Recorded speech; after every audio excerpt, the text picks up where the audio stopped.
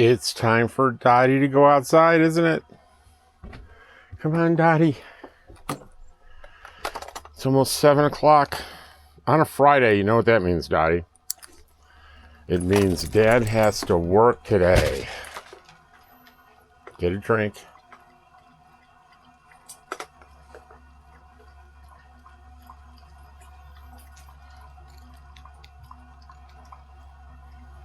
Right, we're outside. Go on.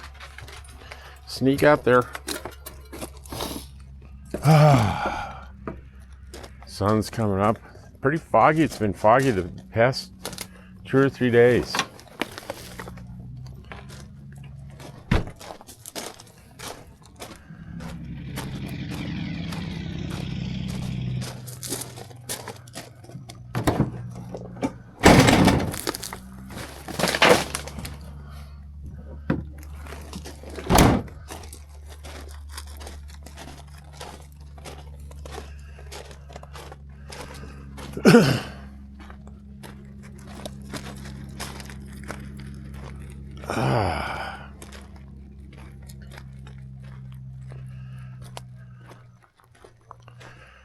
So we're working all day today. No outside adventures coming for today's video. Maybe a little sit and talk at the desk. I think that's going to be just about it. So it could be a pretty boring video today. I apologize, but I'm committed to doing one every day. And some days are exciting, some days aren't. But you know what? Here's the line for you. You never know. You never know, because I never know.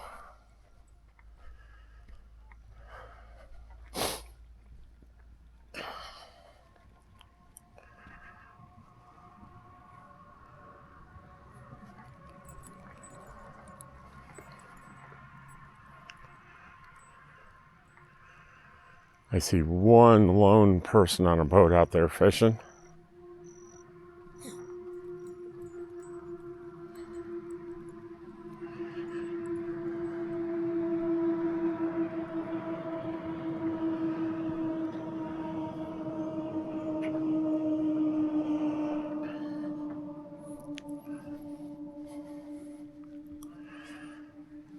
How about you, Dottie? What are your plans for the day?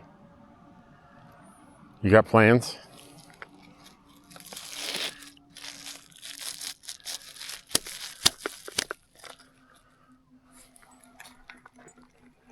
There she goes. Off to execute her plans.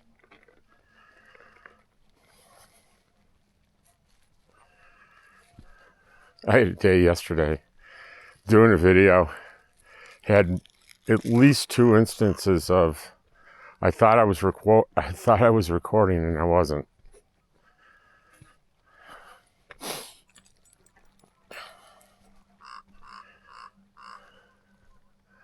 Oh, there's a big old raven, Dottie. 2 of them on the fence over there talking to us.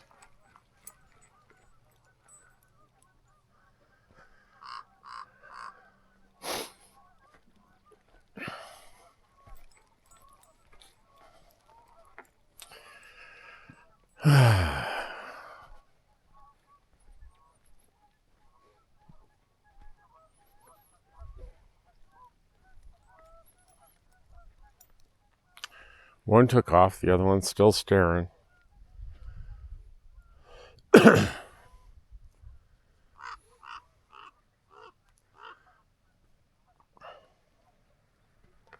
Crows and ravens, they know their neighbors. And I'm convinced that that crow just did a circle around me because he knows me.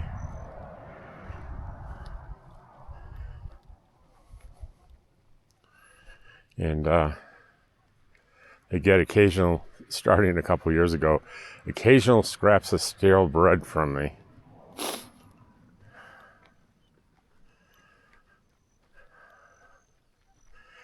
And there's a thing about ravens and crows. They're highly intelligent.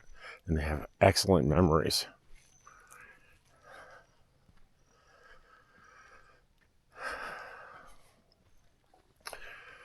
There's even evidence that they're able to pass down memories or pass across memories across communities.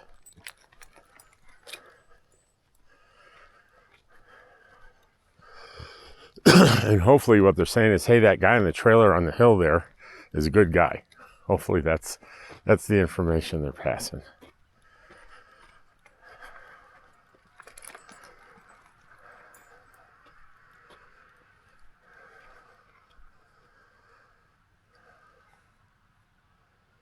Come on. Come on, go.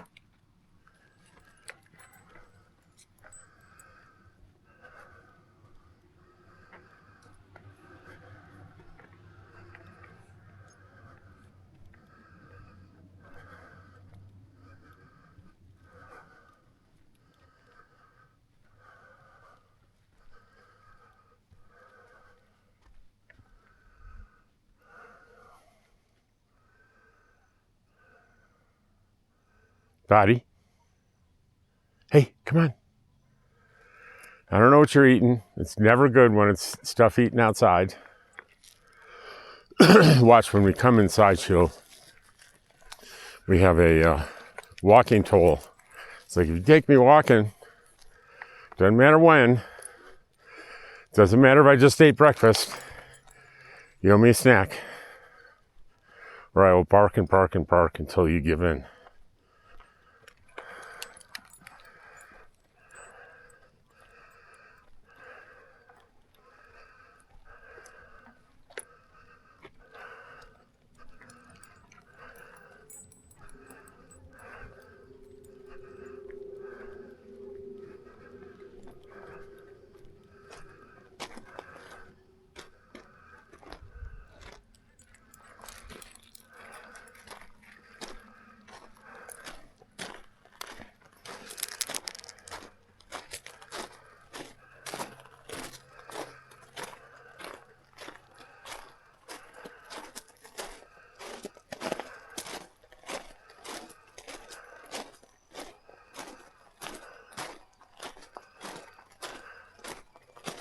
I hear water boiling, Dottie.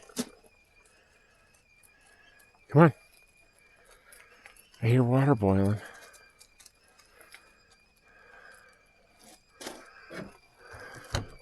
Come on, let's go.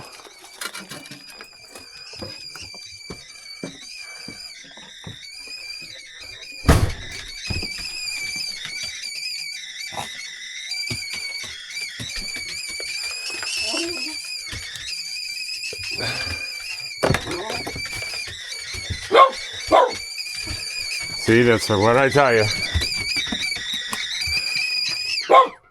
Wait, let me pour the coffee first, Dottie. I try to tell her no, but it doesn't work. So I got these special low-calorie snacks. 3 calories a piece. There you go.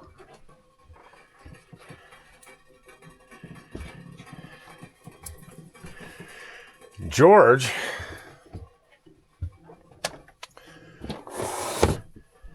is still working on breakfast. See?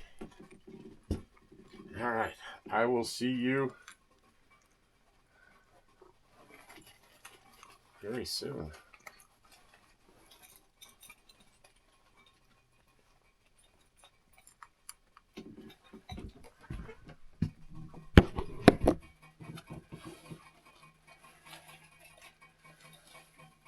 There we are. Well, I promised you I'd be back sometime today. I've been working, doing sessions all day. And I got one more in an hour, and I was sitting down. I was about to watch TV, and I said,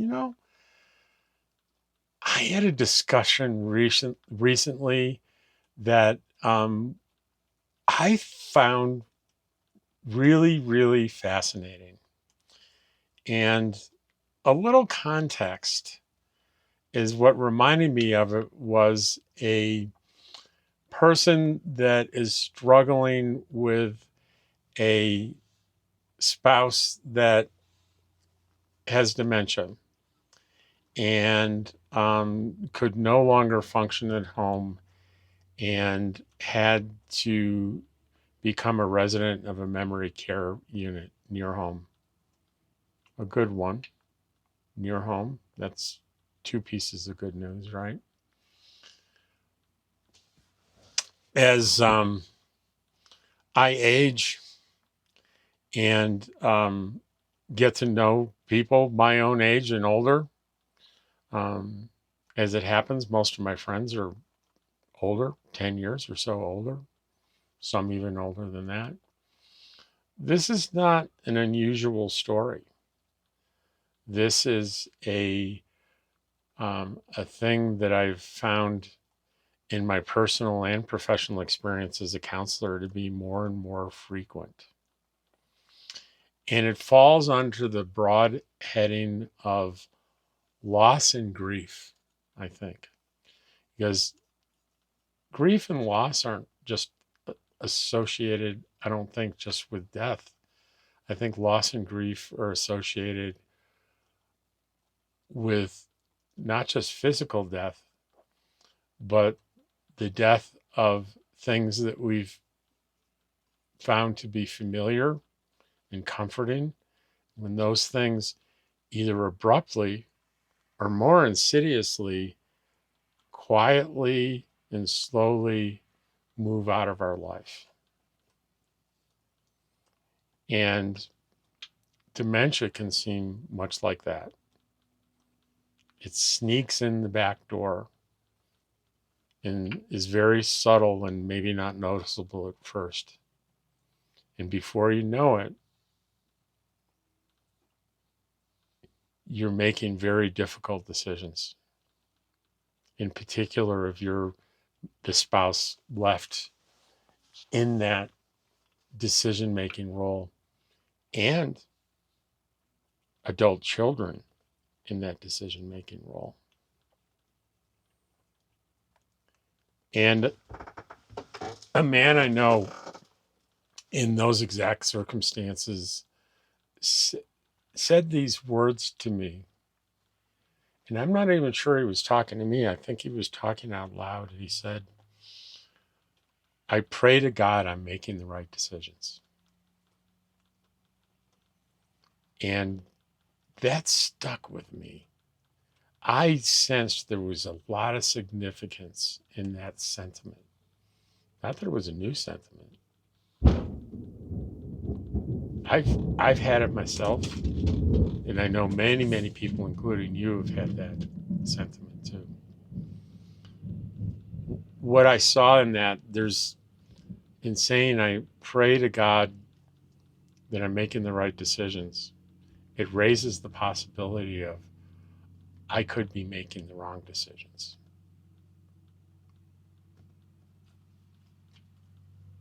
And the reality is, I've been a decision maker my entire life, starting at age 0. I've been making decisions for 66 years. And I, by no stretch of the imagination, think that I've made the right decisions. In that, I've made bad decisions. I've made wrong decisions. I've made foolish decisions. I've made bad decisions that were both understandable and others that were unfathomable to a casual observer. I've done it all. When stakes are high, I have a spouse. Do I decide, do we have in-house caregiving? Should he or she stay in the home, memory care unit, some other alternative? There are lots of critical decisions to be made.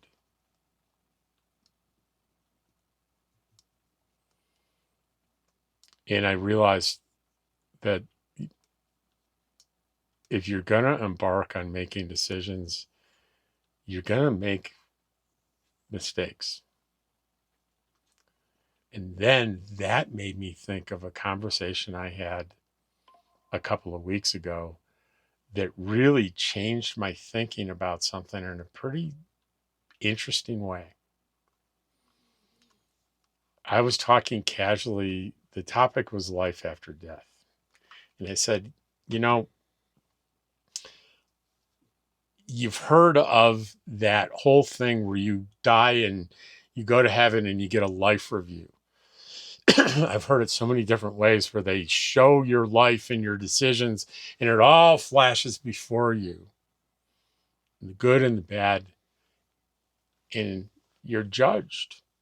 It's personal judgment day. And the idea is God is showing you what you've done and pronouncing some kind of judgment. I'm not saying whether I believe that's true or not, but what I did say is the idea of that scares me. And the person I was talking to said, "Oh, that's interesting. Why does it scare you, Rob?" I said, "Well, because of the things that I've done that I'm ashamed of, the mistakes that I've made." And they said, "Well, that's even more interesting. Let me ask you another question." I said, "Sure. I know you a little bit. Do you desire to be compassionate, kind, honest, authentic, and do good in this world? Is that your intention from day to day? I'm not saying you are those things, but is that your intention?" I said, "Of course, yes, of course, yes. That's what I'm trying to be in my life." He said, "Then I'm really fascinated because the last question I have for you, whatever your understanding of God is, what would make you think he would be less tolerant than you are?"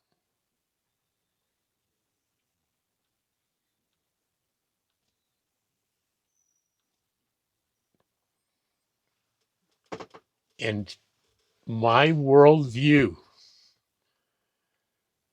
with respect for this changed in that moment. You could probably see it, hear it, and hear it in my voice now as I'm reliving it,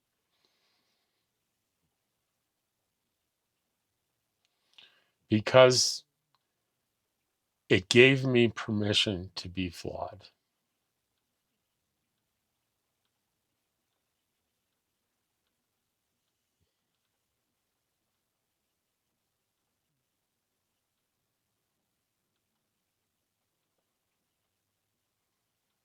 I'm not afraid anymore.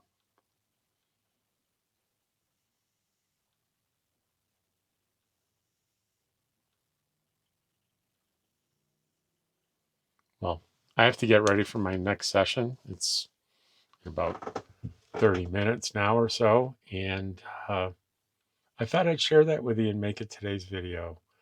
Um, Thanks for joining me. You know when I'm going to see you again? I'm going to see you again. Yeah, you got it. Tomorrow.